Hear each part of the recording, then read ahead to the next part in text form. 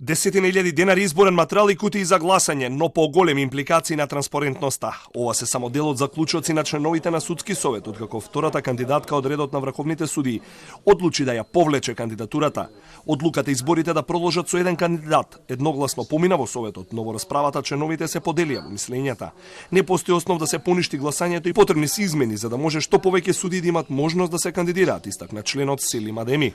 Во ова фаза не знам, во состава на кој основ ние ќе кажуваме дека постапата се прекинува, па да донесеме друга одлука, па да донесеме друга кандидатска листа, значи ќе треба друга одлука и за избирачкото, значи список да се достават до судиите, па после пак ќе ни зема време за датум за назначување на изборите. Мислам дека ова фаза е завршена за нас, имаме кандидатска листа. Сепак, повлекувањето на Перик буди сомнежи кај дел од членовите, бидејќи процесот се одвива со месеци, а таа не навестила ништо на комисијата при судски совет. За во петокот да ги извести писмено дека се повлекува.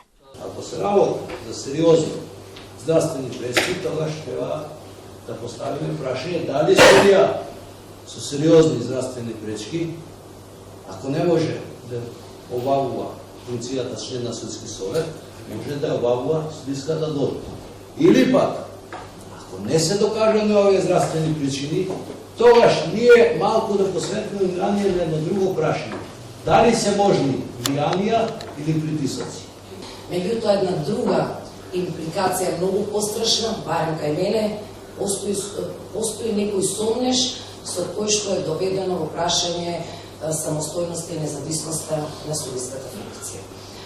Ова не би го елаборирала понатаму, сметам дека еве може да биде предмет на анализа од страна на судскиот совет, меѓутоа личните постапки на секој судија. Сега предлог за член на судски совет од Врховен останува осамен и Самедин Лимани, со што доколку биде потврден неговиот избор, се отвора дилеми околу принципот на Бадентер со оглед дека во советот ќе бидат 4 членови од младсинствата, што е парен број при гласањето.